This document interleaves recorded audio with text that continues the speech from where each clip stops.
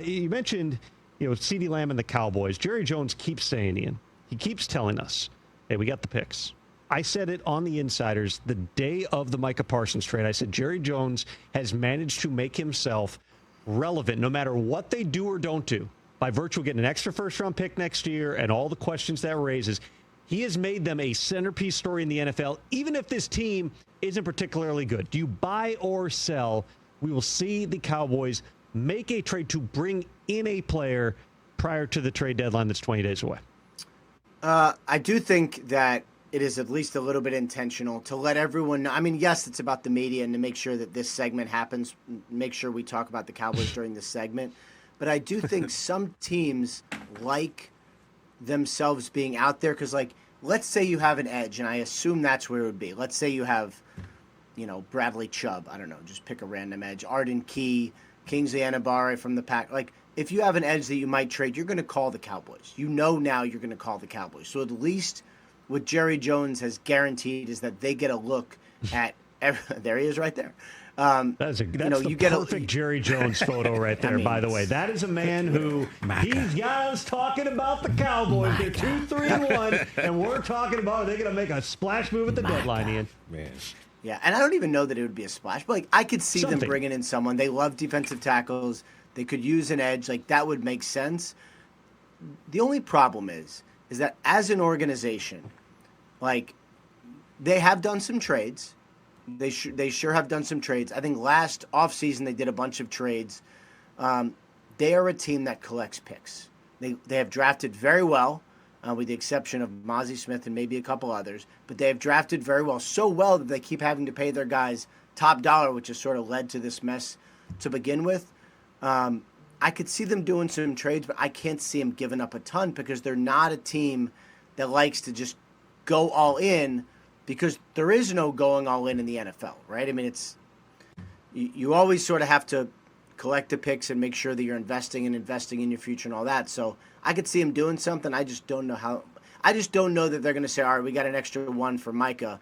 We're just going to trade that for whoever. I don't know. The all-in or not thing is also interesting as it pertains to what the Jaguars are doing right now, because obviously James Gladstone and Liam Cohen were with Les Snead in the Rams. They saw the bleep them picks, Les Snead. They also saw all right, now because we did that for a long time, we now need to get rid of all these older, expensive players and get a bunch of draft picks and then have one of the youngest roster and kind of start the process and hit on all the picks. The Jaguars appear to be in bleep them picks mode. They appear to be willing, by virtue of giving up the next year's one to go get Travis Hunter, by virtue of a really different deal, the Greg Newsome swap for Tyson Campbell, where they're going, we're going to get rid of the cost-controlled guy for the next several years who doesn't really fit for a guy on an expiring contract who we think does fit. I know this. I will say, James Gladstone has certainly been in contact with other GMs, basically letting them know, hey, whenever you're ready, you got any ideas? I want to talk trades. I mean, he told me that in August. He was like, I can't believe nobody's trading yet. I'm like, it's August 7th, dude. It'll get going. Don't worry. I would not be surprised at all if we see the Jaguars do something else before the deadline that makes us go, they really are going in to win right now. Yeah, and I would say, they have a couple areas of focus. I would say defensive line probably makes sense for them. So, there are some defensive linemen who certainly have been in focus and discussed. I could see them adding there. But you're right. I mean, they got a quarterback, and I think Trevor is playing well enough now for them to say, all right, we don't need a number one pick for a quarterback. And my theory, and who really knows, but my theory has been if you have a quarterback, you don't need a number one pick. You can use that for whatever you want. Whereas why the Cowboys, they traded Micah for a couple ones, I'm kind of all right, are they building up a stack of ones to go get a quarterback after Dak? That was kind of my first thought when I found out about this trade. So I think if you're the Jaguars, it's actually a pretty good team. You got a quarterback. You got all sorts of players at the skill spots. You have edge. You have some corners. You can use picks to load up because you kind of don't need anything, right? There's nothing where you're all right, we have to have a one for this. So they actually have some picks to play with, and I would agree. They've made 2 trades so far. I could see at least one more before this all stops. You got my wheels spinning. I think you got TJ smiling over there in the corner. Yeah. Can't you wait right now, TJ, for the storyline in the offseason when Dak Prescott wins the NFL MVP. The Cowboys roar forward and make the playoffs. And then they trade up to take his replacement in April.